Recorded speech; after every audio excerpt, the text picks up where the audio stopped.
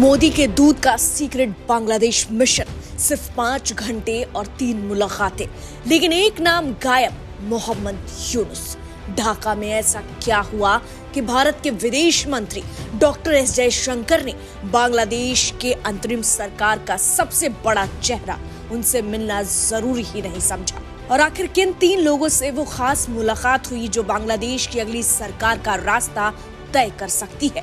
आज हम उस दौरे की बात करेंगे जिसे Bangladeshi media silent but strategic visit कह रहा है।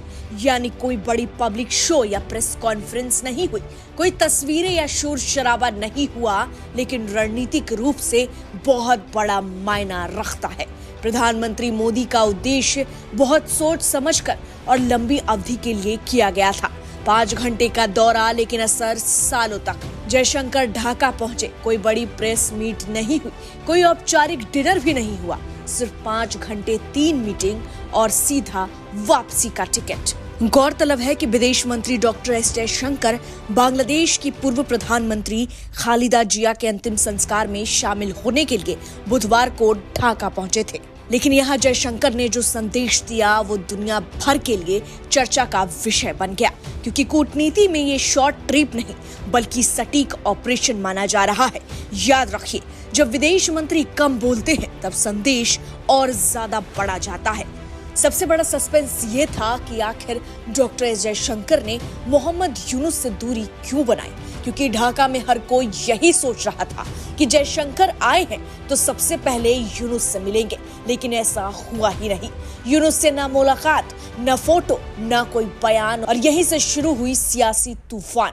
सवाल उठे कि क्या भारत नाराज है, क्या यूनुस पर भरोसा खत्म हो गया है, या भारत ने अगली सरकार पर दांव लगा दिया है? तो आपको सिलसिलेवार तौर पर डॉक्टर एस जयशंकर की उन मुलाकातों के बारे में बताते हैं। मुलाकात नंबर 1, तारिक रहमान, भविष्य का चेहरा। यहाँ डॉक्टर एस जयशंकर की पहली और सबसे अहम मुलाकात हुई तारिक रहमान से। याद रखिए, ये नाम है बीएनपी के कार्यवाहक अध्यक्ष का, खालिदा जिया के बेटे का। 17 साल बाद राजनीति में पूरी तरह सक्रिय रहने वाला राजनीतिक चेहरे का, 2026 के चुनावों में सबसे बड़ा दावेदार माने जाने वाला। जयशंकर ने उन्हें क्या कहा और आखिर इस मुलाकात में क्या हुई, वो भी हम आपको बताते हैं। बता दें कि प्रधानमंत्री नरेंद्र मोदी का एक निजी पत्र यहाँ तारिक रहमान को खुद डॉक्टर जयशंकर ने दिया। यह कोई औपचारिक शिष्टाचार नहीं था, ये था दिल्ली की तरफ से हरी झंडी। मतलब साफ था कि भारत अब बांग्लादेश की अगली सत्ता से सीधी बात कर रहा है, और भारत अंतरिम सिस्टम पर नहीं बल्कि पॉलिटिकल रियलिटी पर भरोसा रखता है। बांग्लादेशी मीडिया ने इसे कहा, India bets on post Yunus Bangladesh. मुलाकात नंबर 2, यूनुस के करीबी से बातचीत। दूसरी मुलाकात हुई डॉक्टर आसिफ नजरुल से, अंतरिम सरकार में कानून सलाहकार, यूनुस के बेहद करीबी और मौजूदा सिस्टम के अंदर एक पावर सेंटर। ये मुलाकात एक बैलेंसिंग एक्ट थी। भारत ने ये भी दिखाया कि हम सिस्टम से बात करेंगे, लेकिन सिस्टम के चेहरे से नहीं। यानी यूनुस से सीधे बात नहीं होगी, लेकिन उनके घेरे के अंदर संदेश जरूर भेजा जाएगा।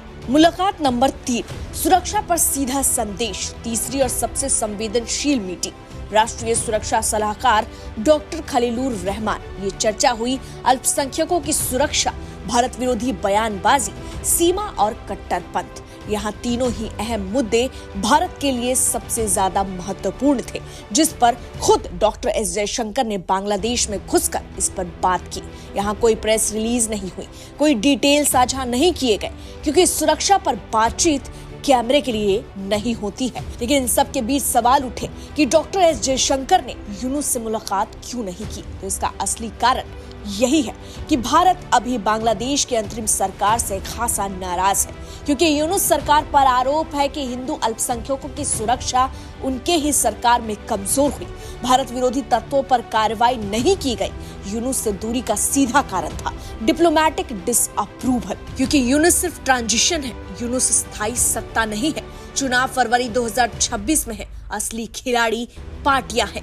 भारत जानता है कि पावर ट्रांजिशन में सही समय पर सही हाथ मिलाना जरूरी होता है, और ये सब वहां की लोकल पार्टियों में है, ना कि अंतरिम सरकार में। और याद रखिए कि बिना मिले भी कई संदेश दिए जा सकते हैं, और यही डॉक्टर एस जयशंकर ने किया। ये दौर छोटा नहीं था बल्कि एक पॉलिटिकल ट्रेलर था। ट्रेलर ये बताने के लिए कि बांग्लादेश की असली कहानी अभी बाकी है और भारत उस कहानी में अपनी भूमिका पहले से तय कर चुका है, जिसका सबसे बड़ा उदाहरण और परिणाम है कि डॉक्टर एस जयशंकर इस हालात में भी जब भारत और बांग्लादेश के बीच रिश्ते अंतरिम सरकार मोहम्मद यूनुस की वजह से खराब है, उसके बावजूद भारत ढाका पहुंचा और एक बड़ा संदेश दे गया। बहरहाल इस पूरी खबर में इतना ही। आप इस पर क्या सोचते हैं, आपकी क्या प्रतिक्रिया है, कमेंट में जरूर लिखें। Bureau report HCN news Delhi.